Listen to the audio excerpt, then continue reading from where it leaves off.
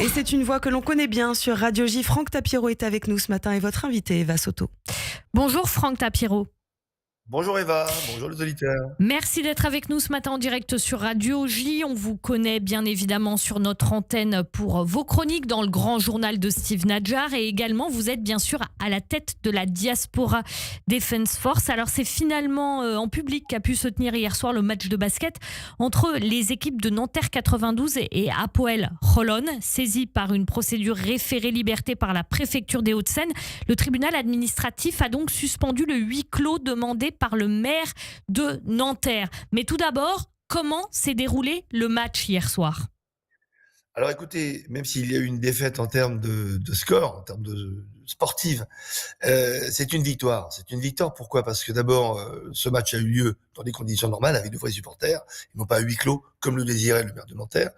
Il y a eu énormément de supporters qui sont venus, il y a eu un quart qui est venu de Fontenay-sous-Bois, escorté encore une fois par la police, et il faut une fois de plus remercier les forces de l'ordre et la préfecture de police qui est vraiment extraordinaire parce qu'elle ne recule pas. Reculer, ce serait renoncer. Et donc non seulement il y a eu un nombre de supporters présents dans la salle, il y a eu une bonne ambiance, malheureusement, il faut le dire, cassée, cette ambiance pendant quelques minutes, par une agression de supporters pro-palestiniens. Alors je rappelle qu'hier c'était quand même Nanterre contre Holon.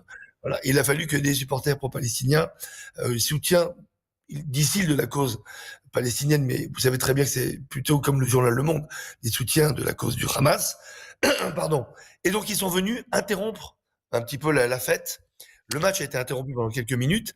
Il y a eu des bagarres. J'ai les vidéos parce que tout le monde me les a envoyées. Heureusement, ça s'est quand même bien passé parce que les forces de l'ordre étaient présentes à l'intérieur du stade. Et il y avait aussi, heureusement, le SPCJ, le service de protection de la communauté juive, qui était vraiment en renfort. Donc entre le SPCJ et les forces de police, les supporters israéliens ont pu assister à ce match qui a repris. Et je vous le dis encore une fois, il faut dire merci d'abord à la préfecture. Merci à Alexandre Brugère, le préfet des Hauts-de-Seine, qui lui-même s'est opposé à la décision, à l'arrêté municipal du maire de Nanterre, alors que le lundi matin, le maire de Nanterre avait reçu à la fois le préfet Nouniez et Brugère pour voir le service de sécurité qui était impressionnant pour un match de basket de Coupe d'Europe, puisque tout avait été fait pour sécuriser au maximum la sécurité de tous les supporters. Je dis bien qu'ils soient israéliens ou ceux de Nanterre. Et l'après-midi même, le maire de Nanterre avait décidé cet arrêté qui était scandaleux. Parce mais justement, comment vous expliquez que le maire de Nanterre, au départ, ait pris cette décision ? Disons-le, alors que tout était OK avec la préfecture de police, c'est un maire qui, une fois de plus, est complaisant face à Urgence Palestine et tous ces faux soutiens de la cause palestinienne. Je vous rappelle, depuis des mois, je le dis, et ici, et pas dans tous les médias. Pourquoi complaisant ? C'était pas uniquement de la crainte, d'après vous ?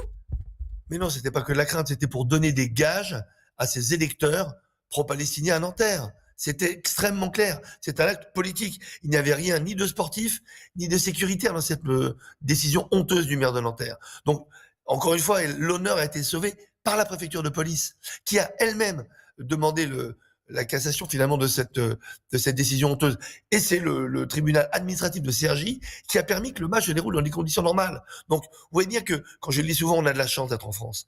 L'État tient, l'État est debout, la police soutient ses citoyens. À chaque fois on dit « Ah, la police soutient les juifs ». C'est pas vrai. La police soutient d'abord la République, parce qu'encore une fois, renoncer, ce serait reculer. Et elle soutient tous ses citoyens, et évidemment ceux de confession juive qui sont en ce moment attaqués et menacés depuis longtemps, puisqu'à Nanterre, il y a eu même une manifestation avec quelques dizaines de personnes d'Urgence Palestine qui appelaient à la non-tenue du match d'abord. Et donc le maire de Nanterre, en faisant croire que finalement tout était validé, a décidé, et c'est normal, pour faire un acte, encore une fois, c'est un acte politique, mais un acte politique immonde, parce que plaire à cette frange de population qui appelle à la violence, qui appelle à l'intifada, qui appelle à ce qu'un match de sport, alors que rien ne devrait être politique pour un match de sport. Il devrait y avoir un petit, vous savez, comme on a la trêve des confiseurs, la trêve de la politique devrait être sifflée au début d'un match jusqu'à la fin du match, que ce soit au foot. Voilà pourquoi on a organisé les cars qui ont été escortés jusqu'au Stade de France pour France-Israël, ou hier soir pour Nanterre-Holon. Je vous le dis, je donne rendez-vous d'ailleurs à tous les supporters pour le prochain match de basket.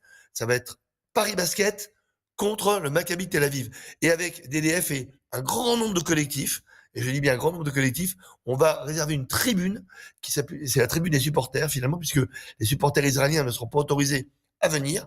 Et bien on aura pareil comme la dernière fois, des cars sécurisés avec la police, le SPCJ, et j'espère plusieurs centaines de supporters de la paix qui pourront aller supporter l'équipe du Maccabi Tel Aviv, qui n'aura pas la chance d'avoir ses supporters ce soir.